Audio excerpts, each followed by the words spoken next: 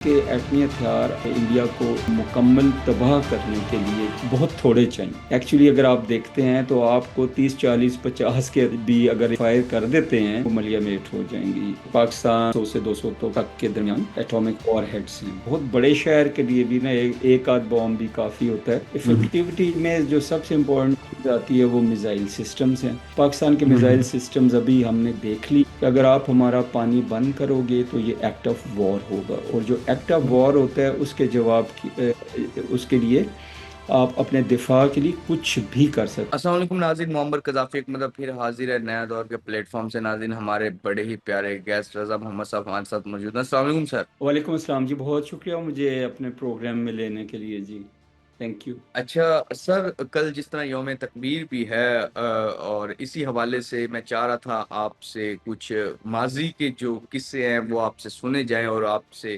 پوچھا جائے کہ جو ایٹمی دھماکے ہوئے پاکستان کے لیے وہ کتنے اہم ہیں، اور ابھی جو پیچھے جنگ ہوئی اس میں اگر ہمارے پاس ایٹمی ہتھیار نہ ہوتے تو پاکستان کہاں کھڑا ہوتا؟ بہت شکریہ قذافی صاحب. آئی تھنک آپ نے بڑا اچھا سوال کیا. میں کوشش کروں گا جتنا مختصر جواب دوں، کیونکہ آپ نے تاریخ اور ماضی کی بات بھی کی ہے. اصل میں کہانی وہاں سے شروع ہوئی جی 1971 سے. 1971 میں جب پاکستان دو لخت ہو گیا تو اس میں سب سے بڑا جو رول ادا کیا وہ انڈیا کا تھا. انڈیا جیسے ہم کہتے ہیں کہ ایک اسٹیٹ جو ٹیررزم سپانسر کرتی ہے، 1971 میں 70 میں انہوں نے مکتی باہنی کریٹ کی، اور مکتی باہنی کے ساتھ اپنی افواج کو بھیج کے اس وقت کے مشرقی پاکستان اور آج کے بنگلہ دیش میں بہت زیادہ بدامنی پھیلائی. اور اس کے بعد کرتے کرتے ایک وقت ایسا آ گیا کہ جب پاکستان جو ہے وہ اس نہج پہ پہنچ گیا کہ انہوں نے امریکہ کو کہا کہ وہ پاکستان کو اسسٹ کریں. امریکہ نے اعلان کیا کہ ان کا 7واں بحری بیڑا جو ہے وہ آ رہا ہے، اور ہم لوگ اس وقت ینگ تھے، اسکولز میں تھے. مجھے ابھی تک بھی یاد ہے اخباروں کی وہ شہ سرخیاں کہ 7واں امریکن بحری بیڑا تصویر بھی روانہ ہو گیا ہوا ہے بنگلہ دیش کے لیے، اس وقت کے ایسٹ پاکستان کے لیے. اور ہم سارے اس آس امید میں تھے کہ وہ پاکستان کو، افواج پاکستان کو ریسکیو کرے گا. لیکن وہ 7واں بحری بیڑا جو ہے، سوری 7واں بحری بیڑا آج تک نہیں پہنچا. تو اس کے بعد جو ہمارے وزیر اعظم ذوالفقار علی بھٹو تھے، انہوں نے جو ایٹمی پروگرام جو آلریڈی شروع ہوا وہ تھا ایک زمانے سے، ایوب خان کے وقت سے یا اس کے ساتھ ساتھ آگے بڑھ رہا تھا، انہوں نے اس کو ڈیسیژن کیا کہ وہ پاکستان کے لیے اس کو ایٹامک بام بنانے کے لیے اس کو ریجوبینیٹ کریں اور اس کو اسٹرینتھن کریں. تو اس وقت انہوں نے مختلف ملکوں سے پاکستانی سائنٹسٹ کو کہا، پاکستان کے سائنٹسٹ کو بھی کہا، اور اس میں جو ہمارے ایٹمی جو سائنٹسٹ ہیں، ڈاکٹر عبدالقدیر خان صاحب، ان کا نام بہت زیادہ آتا ہے کہ وہ تشریف لائے بیلجیم میں تھے. وہ ایک لیبارٹری میں کام کرتے تھے جہاں پہ سینٹریفیوج سسٹم سے یورینیم کی انریچمنٹ ہوتی تھی. تو انہوں نے پاکستان میں آ کے ایکسپیریمنٹ کرنے شروع کی، الٹیمیٹلی سکسیسفل ہو گئے. یہ پہلے صرف لیبارٹریز کی حد تک تھا، تو انڈسٹریل لیول پہ لے کے آنا یہ پاکستان کی، ڈاکٹر قدیر کی، ان کی ٹیم کی اور ایٹامک انرجی آف پاکستان کی بہت بڑی فتح تھی. اور اس دوران یہ مختلف حکومتیں بدلتی رہیں. اس کے بعد ضیاء الحق صاحب آئے، اسحاق خان ان کے فورن وہ جو فائنانس منسٹر تھے وہ تھے، بعد میں دوسری حکومتیں آئیں، تو سب اس کو آگے بڑھاتے چلے گئے. 1998 میں یہ ہوا کہ انڈیا نے ایٹمی دھماکے پوکھرام میں کر دیے 11 مئی کو، اور اس کے بعد 13 مئی کو پھر انہوں نے کر دیے. تو اس سے پہلے 1974 میں وہ ایٹمی دھماکے کر چکے تھے، تو اس وقت انہوں نے اس کو نام دیا تھا اسمائلنگ بدھا کا، کہ یہ جی پیسفل پرپزز کے لیے. بٹ پاکستان کو چونکہ ایک سبق حاصل ہو چکا تھا، پاکستان کی جو قیادت ہے ان کو بھی پتہ تھا کہ ہم نے ایک ایٹمی طاقت بننا ہے. جب تک ہم ایٹمی طاقت نہیں بنتے تو ہماری سیکیورٹی جو ہے پوری طرح انشور نہیں تھی.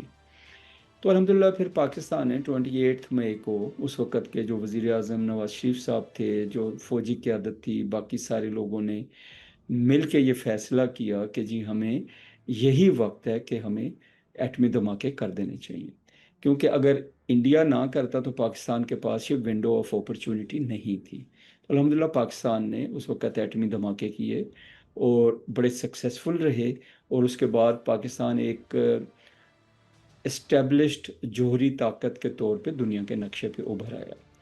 ابھی قذافی صاحب آپ کے سوال کی طرف آتے ہیں کہ حالیہ جو پاکستان اور ہندوستان کی کشیدگی ہوئی اور ہماری جو جنگ ہوئی، اور کافی دنوں پہ ٹینشن تھی، 4 دن کی جنگ تھی جس میں پاکستان کا جواب جو تھا وہ ٹوٹل 4.5 گھنٹے کا تھا.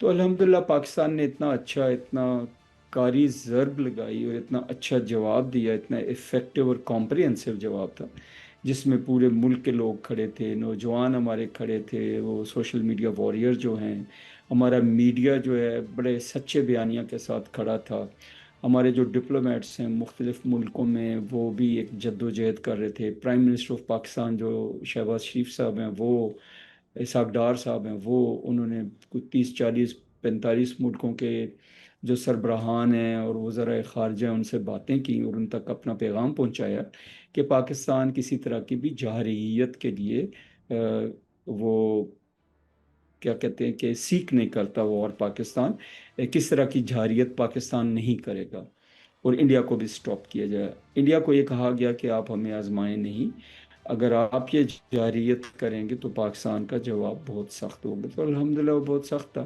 تو پاکستان نے کنونشنل ڈومین میں ہی پہلے 4 5 گھنٹے میں یہ ثابت کر دیا کہ پاکستان ایک اچھی فوجی قوت ہے جس میں ملک کے لوگوں کی سپورٹ، میڈیا کی سپورٹ، اچھی leadership, strong leadership prime minister کی، فیلڈ مارشل عاصم صاحب جو ایئر فورس کے ایئر مارشل ہے، سدھو صاحب، اور اس طرح نوید صاحب جو نیول چیف ہیں، سب کی ایک مشترکہ حکمت عملی سے پاکستان فتح یاب ہوا. جہاں تک نیوکلیئر ویپنز کا تعلق ہے جی، وہ ایک سیکیورٹی کی ضمانت ہے. آلدو نارملی یہ کہا جاتا ہے کہ وہ وار فائٹنگ ویپنز نہیں ہے، وار ڈیٹرنگ ویپنز ہے. تو الحمدللہ ہم نے ڈیٹر کر لی وار کنونشنل ڈومین میں ہی، لیکن نیوکلیئر کا ہونا وہ بے حد ضروری ہے. وہ تمام کو میں لاسٹ پوائنٹ میں آپ کو کہوں گا جی کہ آپ کبھی بھی اپنی جو سیکیورٹی ہے نا اس کو آؤٹ سورس نہیں کر سکتے. جیسے میں نے ایگزامپل دی 1971 کی کہ ہم ڈپینڈ کر رہے تھے کہ امریکہ کا 7واں بیڑا آئے گا ہمیں ریسکیو کرے گا.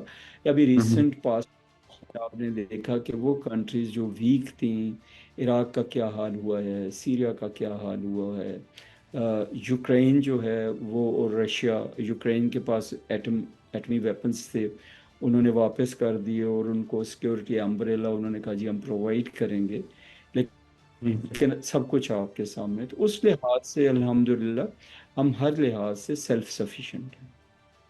بالکل سر، جس طرح آپ کہہ رہے ہیں کہ نیوکلیئر ویپنز مشکل استعمال نہیں کر سکتے، یا یہ صرف ایک ضمانت، سیکیورٹی کی ضمانت ہے، لیکن کبھی کبھار تو حالات اس طرح کے بھی لگتے ہیں کہ شاید اگر یہاں سے آگے چیزیں بڑھی تو شاید کچھ ہو بھی سکتا ہے.